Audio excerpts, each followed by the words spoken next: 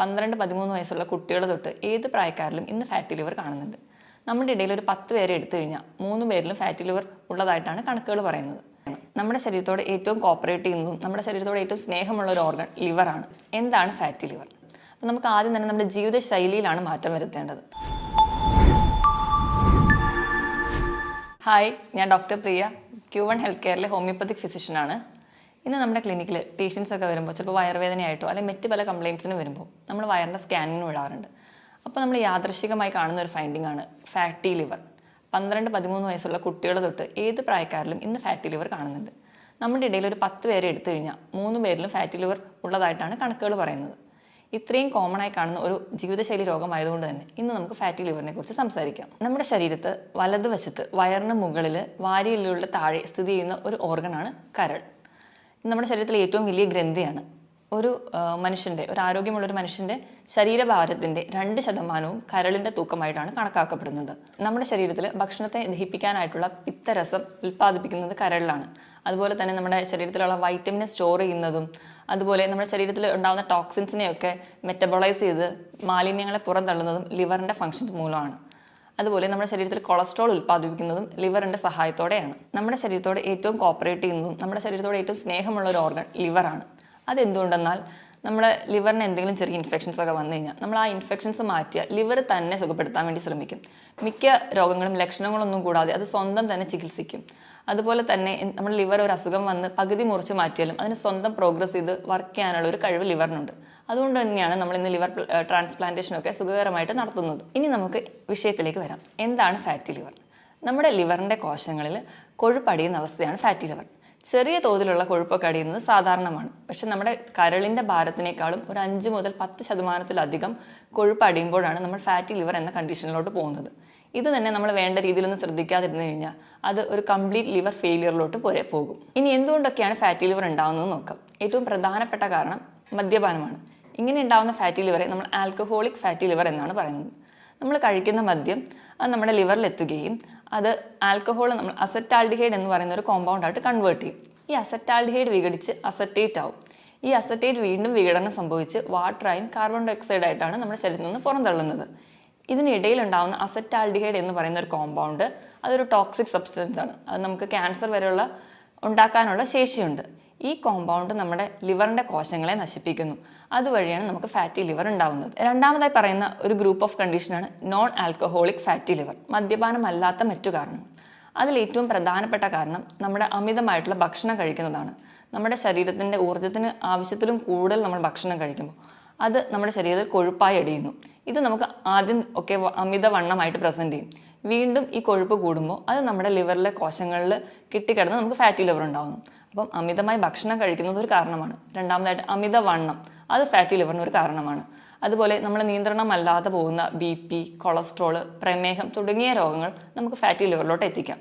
അതുപോലെ തന്നെയാണ് metabolic syndrome. Metabolic syndrome എന്ന് പറയുമ്പോൾ അമിതവണ്ണവും പ്രമേഹവും ഉയർന്ന രക്തസമ്മർദ്ദവും കൊളസ്ട്രോൾ കൂടി നിൽക്കുന്ന അവസ്ഥയും കൂടി ചേരുന്ന ഒരു ഗ്രൂപ്പ് ഓഫ് കണ്ടീഷനാണ്. ഇതും നമുക്ക് ഫാറ്റി ലിവർ ഉണ്ടാക്കുന്നു.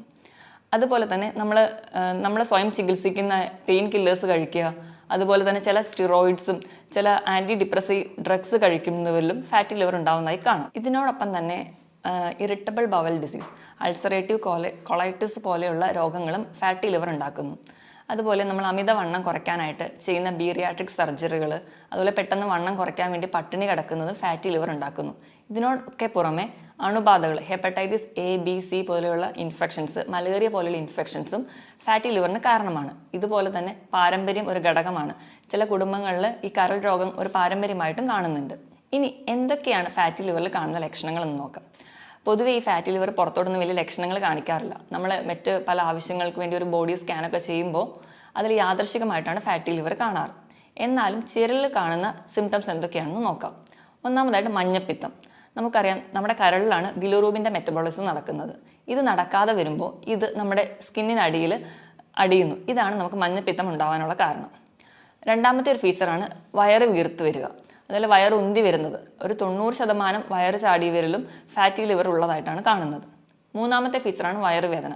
അത് ഒരുപാട് പേർക്കും വയറുവേദനയായിട്ടായിരിക്കില്ല, പക്ഷേ ആ ലിവറിൻ്റെ ഭാഗത്ത് ഒരു ഡിസ്കംഫർട്ട്, ഒരു അസ്വസ്ഥതയായിട്ട് കാണാം. നാലാമതായിട്ട് കാണുന്ന ഒരു ഫീച്ചറാണ് രക്തം കട്ട പിടിക്കാതെ പോവുക. ഇപ്പം മൂക്കിൽ നിന്നൊക്കെ ചെറിയ രക്തക്കൊള്ളുകൾ പൊട്ടി അത് ഒലിക്കുന്നതായിട്ട് കാണാം. ഇതിന് കാരണം എന്താണെന്ന് വെച്ച് കഴിഞ്ഞാൽ നമ്മുടെ ലിവറിൽ ആണ് നമ്മുടെ രക്തം കട്ട പിടിക്കാനായിട്ടുള്ള പ്രോട്ടീനുകൾ ഉണ്ടാവുന്നത്. അപ്പോൾ നമുക്ക് ഫാറ്റി ലിവറൊക്കെ വന്ന് ലിവർ കോശങ്ങൾ നശിക്കുന്നത് വഴി ഈ പ്രോട്ടീൻ്റെ ഉൽപ്പാദനം നടക്കാതെ വരുന്നു. ഇത് കാരണം നമുക്ക് ചെറിയ ബ്ലീഡിംഗ് ഒക്കെ കാണിക്കാം. അതുപോലെ തന്നെ വിശപ്പില്ലായ്മ, അല്ലെങ്കിൽ ഭക്ഷണം കാണുമ്പോൾ ഓക്കാനും ഛർദിലൊക്കെ വരിക, അതുപോലെ ഭയങ്കര ക്ഷീണം, കിതപ്പ്, ഇതൊക്കെ നമുക്ക് ഫാറ്റി ലിവറിലുള്ളവരിൽ കാണാറുണ്ട്. ഇനി നമുക്ക് എങ്ങനെയാണ് ഫാറ്റി ലിവറിനെ ഗ്രേഡ് ചെയ്യുന്നത് നോക്കാം. പ്രധാനമായും ഫാറ്റി ലിവറിനെ നമ്മൾ 4 ഗ്രേഡായിട്ടാണ് ഡിവൈഡ് ചെയ്യുന്നത്. അതിൽ ഫസ്റ്റ് വൺ ആണ് മൈൽഡ് ടൈപ്പ്. മൈൽഡ് ടൈപ്പ് എന്ന് പറയുമ്പോൾ വ്യായാമം ചെയ്യാത്തത് കൊണ്ടും അന്നജത്തിൻ്റെ അളവ് കൂടുതലായി ചെല്ലുന്നത് കൊണ്ടുമാണ് mild type of fatty liver ഉണ്ടാകുന്നത്. രണ്ടാമത്തെ ഗ്രേഡ് 1, കരളിൻ്റെ 8% കൊഴുപ്പടിഞ്ഞിട്ടുണ്ടെങ്കിൽ ഗ്രേഡ് 1 എന്നും, കരളിൽ 12% കൊഴുപ്പടിഞ്ഞിട്ടുണ്ടെങ്കിൽ ഗ്രേഡ് 2 എന്നും, കരളിൽ 15% കൊഴുപ്പടിഞ്ഞിട്ടുണ്ടെങ്കിൽ അതിനെ ഗ്രേഡ് 3 എന്നും നമ്മൾ ഡിവൈഡ് ചെയ്തിട്ടുണ്ട്. ഇനി നമുക്ക് ഫാറ്റി ലിവറിനെ എങ്ങനെയൊക്കെ ഗ്രേഡ് ചെയ്യാമെന്ന് നോക്കാം. അതിൽ ഫസ്റ്റ് ടൈപ്പാണ് മൈൽഡ് ടൈപ്പ്. മൈൽഡ് ടൈപ്പ് എന്ന് പറയുമ്പോൾ അന്നജത്തിൻ്റെ അളവ് കൂടുതലായി കഴിക്കുന്നത് കൊണ്ടും വ്യായാമക്കുറവ് മൂലം ഉണ്ടാവുന്നതാണ്. ഗ്രേഡ് 1 എന്ന് പറയുമ്പോൾ 8% കൊഴുപ്പടിയുമ്പോഴാണ് ഗ്രേഡ് 1 എന്ന് പറയുന്നത്. 12% കരളിൽ കൊഴുപ്പടിഞ്ഞിട്ടുണ്ടെങ്കിൽ അതിന് ഗ്രേഡ് 2 എന്നും, 15% അടിഞ്ഞിട്ടുണ്ടെങ്കിൽ അതിന് ഗ്രേഡ് 3 എന്നും തരം തിരിച്ചിട്ടുണ്ട്. ഇത് കഴിഞ്ഞു പോകുന്ന സ്റ്റേജാണ് ലിവർ സിറോസിസും അതുപോലെ തന്നെ ലിവർ ഫെയിലിയറിലോട്ട് എത്തുന്നത്. ഇനി നമുക്ക് എങ്ങനെയാണ് ഒരു ഫാറ്റി ലിവർ പ്രോഗ്രസ് ചെയ്യുന്നതെന്ന് നോക്കാം. നമ്മൾ അമിതമായി ഭക്ഷണം കഴിക്കുമ്പോൾ, വിശപ്പറിയാതെ തന്നെ ഭക്ഷണം കഴിക്കുമ്പോൾ കൊഴുപ്പിൻ്റെ അളവ് കൂടും. ഈ കൊഴുപ്പ് നമ്മുടെ കരളിൻ്റെ കോശങ്ങളിൽ അടിയാൻ തുടങ്ങും. ഈ ഒരു സ്റ്റേജിന് നമ്മൾ ഫാറ്റി ലിവർ, അതാണ് ഫസ്റ്റ് സ്റ്റേജ്, ഫാറ്റി ലിവർ എന്ന് പറയും. ഈ ഫാറ്റി ലിവർ കാരണം കോശങ്ങളിൽ നീർക്കെട്ടുകൾ ഉണ്ടാകുന്നു. ഈ കൊഴുപ്പടിയുന്നതിൻ്റെ ഭാഗമായിട്ട് നീർക്കെട്ടുകൾ ഉണ്ടാകുന്നു. ഈ നീർക്കെട്ടുകൾ കരളിൻ്റെ കോശങ്ങൾക്ക് ഫൈബ്രോസിസ് അല്ലെങ്കിൽ സ്കാറിങ് ഫോം ചെയ്യും. നമ്മൾ മുറിവൊക്കെ ഉണങ്ങുമ്പോൾ കാണുന്ന ആ ഒരു സ്കാർ നമ്മുടെ ലിവറിൻ്റെ കോശങ്ങളിലുണ്ടാവും. ഈ സ്കാറിങ് കട്ടി കൂടി വരുന്നതിൻ്റെ ഭാഗമായിട്ട് ഉണ്ടാവുന്ന ഒരു സ്റ്റേജാണ് നോൺ ഹെപ്പാറ്റിക് സ്റ്റീറ്റോസിസ്.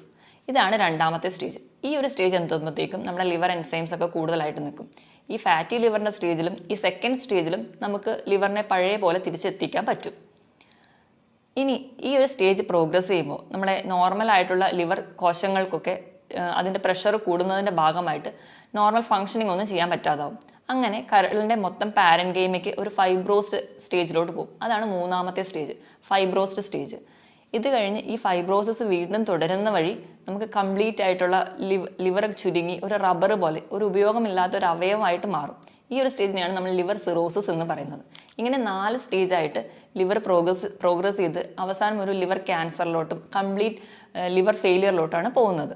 ആദ്യത്തെ 2 സ്റ്റേജ് നമുക്ക് റിവേഴ്സിബിൾ ആണ്. അതായത് നമുക്ക് ചികിത്സിച്ചാൽ അല്ലെങ്കിൽ നേരത്തെ അറിഞ്ഞു കഴിഞ്ഞാൽ ഒരു പരിധി വരെ നമുക്ക് അതിൻ്റെ ഫംഗ്ഷനൊക്കെ നോർമലാക്കി കൊണ്ടുവരാൻ പറ്റും.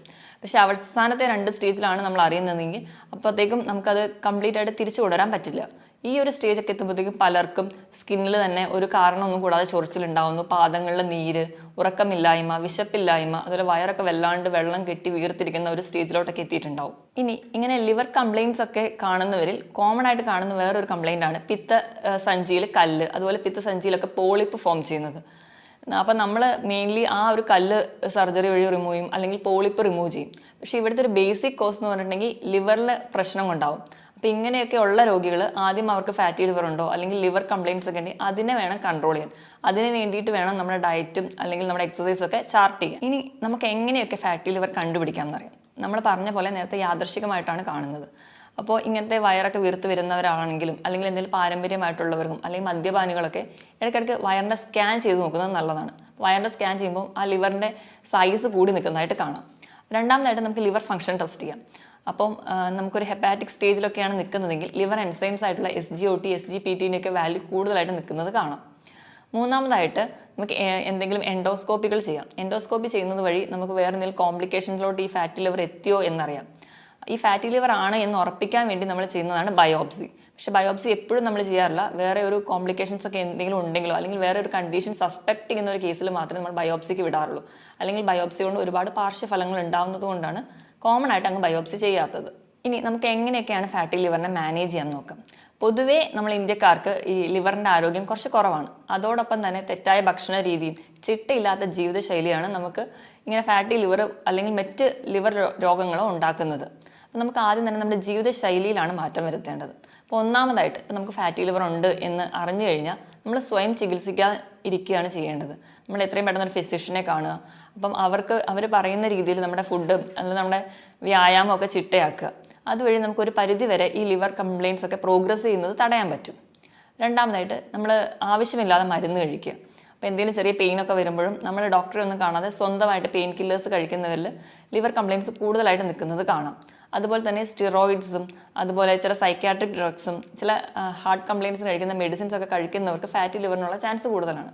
അപ്പോൾ ഇങ്ങനെയുള്ളവർ ഇങ്ങനെ മെഡിസിൻ ഒക്കെ കഴിക്കുന്നവരാണെങ്കിൽ ഇടയ്ക്കിടയ്ക്ക് LFT ചെക്ക് ചെയ്യുന്നത് വഴി നമുക്ക് ഇങ്ങനെ ഫാറ്റി ലിവർ ഉണ്ടോ അല്ലെങ്കിൽ അത് പ്രോഗ്രസ് ചെയ്യുന്നോ എന്നൊക്കെ അറിയാൻ പറ്റും. ഇനി മൂന്നാമതായിട്ട് ഇപ്പം ഡയബറ്റീസ് ഉള്ളവരും അതുപോലെ കൊളസ്ട്രോൾ ഒക്കെ ഉള്ളവരാണെങ്കിൽ മാക്സിമം അത് കൺട്രോൾ ചെയ്യാൻ നോക്കുക.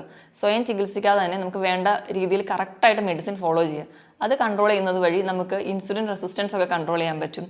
അങ്ങനെ ഇൻസുലിൻ റെസിസ്റ്റൻസ് കൺട്രോൾ ചെയ്യുന്നതുകൊണ്ട് തന്നെ നമ്മുടെ ഗ്ലൂക്കോസിൻ്റെയും കൊളസ്ട്രോളിൻ്റെയും ഒക്കെ മെറ്റബോളിസം പ്രോപ്പറായിട്ട് നടക്കും. അതുവഴി നമുക്ക് ഫാറ്റി ലിവറിനെ പ്രിവെൻറ്റ് ചെയ്യാൻ പറ്റും. ഇനി അടുത്തതായിട്ട് ഇപ്പം ഇറിറ്റബിൾ ബവൽ ഡിസീസ് അതൊക്കെ ഉള്ളവരാണെങ്കിൽ നമ്മൾ നേരത്തെ തിരിച്ചറിയുകയാണെങ്കിൽ അതിന് വേണ്ട ചികിത്സ നേടുക. അതുവഴി നമുക്ക് ആ ഒരു കോംപ്ലിക്കേഷൻ മൂലമുണ്ടാകുന്ന ഫാറ്റി ലിവറിനെ തടയാൻ പറ്റും. മദ്യപാനം, പുകവലി പോലെയുള്ള ദുശീലങ്ങളുള്ളവരാണെങ്കിൽ അത് ആദ്യം നിർത്തുക. അപ്പോൾ മദ്യപിക്കുന്നവരിലാണെങ്കിൽ അസറ്റാൽഡിഹൈഡ് എന്ന് പറയുന്നൊരു കോമ്പൗണ്ട് ഉണ്ടാകുന്നതെന്ന് നമ്മൾ പറഞ്ഞല്ലോ. അത് നമ്മുടെ ലിവർ സെൽസിനെ പിന്നെയും നശിപ്പിക്കും. അത് നമുക്ക് നമ്മുടെ കണ്ടീഷൻസ് വേഴ്സൺ ചെയ്യുകയുള്ളൂ. അതുകൊണ്ട് മദ്യപാനം ആദ്യമേ നിർത്തുക. ഈ പുകവലി അത് നമ്മൾ ഡയറക്റ്റായിട്ട് പുകവലിക്കുന്നില്ലെങ്കിലും അത് ശ്വസിക്കുന്നത് വഴിയും നമുക്ക് ഈ കണ്ടീഷൻ ഫാറ്റി ലിവറൊക്കെ ഉള്ളവർക്കാണെങ്കിൽ അത് കൂടുതൽ വേഴ്സൺ ചെയ്യുന്നതായി കാണാം. അതുപോലെ ഈ പുകവലിക്കുന്നവരിൽ കൂടുതലായിട്ട് ക്യാൻസർ രോഗങ്ങൾ കൂടുതലായി കാണുന്നുണ്ട്. അതുകൊണ്ട് അത് എത്രയും പെട്ടെന്ന് നിർത്തുന്നതാണ് നല്ലത്. ഇതിനോടൊപ്പം തന്നെ ഫാറ്റി ലിവറിന് വലിയൊരു കാരണമാണ് അമിതവണ്ണം. അപ്പോൾ അങ്ങനെയുള്ളവരാണെങ്കിൽ വെയിറ്റ് കുറയ്ക്കാൻ ശ്രദ്ധിക്കുക. അതിനുവേണ്ടി ഉടനെ ബീറിയാട്രിക് സർജറിയോ അല്ലെങ്കിൽ പെട്ടെന്ന് പട്ടിണി കിടന്ന് വെയിറ്റ് കുറയ്ക്കുന്നത് ചെയ്യാതെ ഒരു 6 മുതൽ 10 മാസം കൊണ്ട് നമ്മുടെ ശരീരത്തിൻ്റെ വെയിറ്റ് ഒരു മാസം ഒരു 2 കിലോ വെച്ച് കുറയുന്ന രീതിയിൽ ചെറിയ തോതിൽ വെയിറ്റ് കുറയ്ക്കാൻ വേണ്ടി ശ്രദ്ധിക്കുക. അതിനുവേണ്ടി കൃത്യമായിട്ട് വ്യായാമം ചെയ്യുക. ആഴ്ചയിൽ ഒരു 5 ദിവസമെങ്കിലും ദിവസവും ഒരു 45 മിനിറ്റ് മുതൽ ഒരു 1 മണിക്കൂർ വരെ കൃത്യമായിട്ട് വ്യായാമം ചെയ്യുക. ഏറ്റവും നല്ല എക്സസൈസ് എന്ന് പറയുന്നത് സൈക്ലിംഗ് അതുപോലെ സ്വിമ്മിംഗ് ഒക്കെയാണ്. അതുപോലെ തന്നെ നമ്മൾ സ്പീഡിൽ കൈവീശി നടക്കുക. നമ്മുടെ ഹാർട്ട് റേറ്റ് കൂടുന്ന തരത്തിലുള്ള എക്സസൈസുകളും നല്ലതാണ്. ഇങ്ങനെ നമുക്ക് അണുബാധകളും നമുക്ക് ഫാറ്റി ലിവർ ഉണ്ടാക്കും. അപ്പോൾ ഇത് തടയാൻ വേണ്ടിയിട്ട് നമ്മൾ സ്വയം സുരക്ഷിതരാണെന്ന് ഉറപ്പുവരുത്തണം. അതിനായിട്ട് നമ്മൾ ഷേവിംഗ് സെറ്റ് അതുപോലെ സിറിഞ്ച്, ബ്ലേഡ് ഇതൊക്കെ ഷെയർ ചെയ്യാതിരിക്കുക. അതുപോലെ ടാറ്റു ഒക്കെ എടുക്കുന്നവരാണെങ്കിൽ അത് ശ്രദ്ധിക്കുക. അതുപോലെ സെക്ഷലി ട്രാൻസ്മിറ്റഡ് ആയിട്ടുള്ള ഡിസീസസ് വരാതിരിക്കാൻ വേണ്ടിയിട്ട് നമ്മൾ ലൈംഗിക ബന്ധം സുരക്ഷിതമാണെന്ന് ഉറപ്പുവരുത്തണം. അതിന് വേണ്ടിയിട്ട് നമ്മൾ ഹെപ്പറ്റൈറ്റിസ് B വാക്സിനേഷൻ എടുക്കുന്നത് നല്ലതാണ്. ഇതുവഴി നമുക്ക് ഫാറ്റി ലിവർ പോലെ ഉണ്ടാകുന്ന രോഗങ്ങളെ തടയാൻ പറ്റും. ഇതോടൊപ്പം തന്നെ ഒരു 2 ലിറ്ററോളം വെള്ളം ദിവസവും കുടിക്കാൻ വേണ്ടി നമ്മൾ ശ്രദ്ധിക്കണം. ഇനി നമുക്ക് ഭക്ഷണത്തിലൂടെ എങ്ങനെ നമുക്ക് ഫാറ്റി ലിവർ മാനേജ് ചെയ്യാൻ നോക്കാം. ആദ്യം എന്തൊക്കെ ഭക്ഷണം നമ്മൾ അവോയ്ഡ് ചെയ്യണം നോക്കണം. പ്രധാനമായിട്ടും നമ്മൾ ഭക്ഷണത്തിൽ കുറയ്ക്കേണ്ടത് കാർബോഹൈഡ്രേറ്റ്, അന്നജത്തിൻ്റെ അളവ് കുറയ്ക്കുക. അതുപോലെ മധുരം, ഉപ്പ് പൂർണ്ണമായും കുറയ്ക്കാൻ ശ്രദ്ധിക്കുക. അതുപോലെ തന്നെ പ്രോസസ്ഡ് ഫുഡുകൾ, മൈദ അടങ്ങിയതും അതുപോലെ പിസ്സ പോലെയുള്ള ഫാസ്റ്റ് ഫുഡുകൾ, അതുപോലെ റിഫൈൻഡ് ആയിട്ടുള്ള ഭക്ഷണങ്ങൾ, അതുപോലെ എണ്ണയിൽ വറുത്തതും പൊരിച്ചതുമായിട്ടുള്ള ഭക്ഷണങ്ങൾ പൂർണ്ണമായും ഒഴിവാക്കാൻ വേണ്ടി ശ്രദ്ധിക്കുക. ഇപ്പം നമ്മൾ പാല് കുടിക്കുന്നവരൊക്കെ ആണെങ്കിൽ പാലിൻ്റെ പാട മാറ്റിയിട്ട് വേണം കഴിക്കാൻ. അതുപോലെ തൈര് ഉപയോഗിക്കുമ്പോൾ വെണ്ണ മാറ്റിയിട്ട് പച്ചമോരായിട്ട് ഉപയോഗിക്കാൻ വേണ്ടി ശ്രദ്ധിക്കുക. അതുപോലെ റെഡ് മീറ്റ് പൂർണ്ണമായിട്ട് ഒഴിവാക്കുക. റെഡ് മീറ്റ് എന്ന് പറയുമ്പോൾ ബീഫ് അതുപോലെ പോർക്ക് പോലെയുള്ള ഇറച്ചികൾ പൂർണ്ണമായും ഒഴിവാക്കുക. ഇനി നമുക്ക് എന്തൊക്കെ കഴിക്കാമെന്ന് നോക്കാം. മെയിൻലി നമ്മൾ കഴിക്കാൻ ഏറ്റവും നല്ലതെന്ന് പറഞ്ഞാൽ വെജിറ്റബിൾസും ഫ്രൂട്ട്സും കൂടുതലായിട്ട് കഴിക്കുക. അപ്പോൾ നമ്മുടെ ശരീരത്തിൽ വേണ്ട ഫൈബേഴ്സൊക്കെ കൂടുതലായിട്ട് ചെല്ലും. അപ്പോൾ നമ്മുടെ ദഹനമൊക്കെ പ്രോപ്പറായിട്ട് നടക്കാനും സഹായിക്കും. അതുപോലെ തന്നെ നമ്മൾ പ്രധാനമായും പറയുന്ന 3 ഭക്ഷണങ്ങൾ എന്ന് പറയുന്നത് ഒന്ന് കോഫിയാണ്. കോഫി അതിലെ ബ്ലാക്ക് കോഫിയാണ്. പാലൊന്നും ഉപയോഗിക്കാതെ മധുരം കുറച്ച് കഴിക്കുന്ന കോഫി ലിവർ ഡിസീസിന് നല്ലതാണ്. രണ്ടാമതായിട്ട് വൈറ്റമിൻ സി മെയിൻലി നാരങ്ങ, ഓറഞ്ച് മുതലായ ഫ്രൂട്ട്സ്. വൈറ്റമിൻ ഇ സപ്ലിമേഷൻ നല്ലതാണ്. അതിനുവേണ്ടി നമുക്ക് വാൽനട്ട്, കാഷ്യൂ ഒക്കെ കൂടുതലായിട്ടും കഴിക്കാം. ഇതുപോലെ തന്നെ കൂടുതലും ഇലക്കറികൾ ലിവറിന് വളരെ നല്ലതാണ്. ഇലക്കറികൾ തന്നെ നമുക്ക് സുലഭമായി കിട്ടുന്ന ചീര, മുരിങ്ങയില, അതുപോലെ കറിവേപ്പില ഇതൊക്കെ നല്ലതാണ്. അതുപോലെ തന്നെ ലിവറിന് ഏറ്റവും നല്ലതാണ് cruciferous vegetables, cabbage, cauliflower, broccoli തുടങ്ങിയ പച്ചക്കറികളും വളരെ നല്ലതാണ്. അതുപോലെ നമ്മൾ എപ്പോഴും ഉപയോഗിക്കുമ്പം റിഫൈൻഡ് ഓയിൽ ഉപയോഗിക്കാതിരിക്കുക. റിഫൈൻഡ് ഓയിൽ എന്ന് പറയുമ്പോൾ പാം ഓയിലും സൺഫ്ലവർ ഓയിലൊക്കെ. അൺറിഫൈൻഡ് ആയിട്ടുള്ള ഓയിലുകൾ, നമ്മുടെ വെളിച്ചെണ്ണ അതുപോലെ ഒലിവ് ഓയിലൊക്കെ കൂടുതലായിട്ട് ഉപയോഗിക്കാൻ ശ്രദ്ധിക്കുക.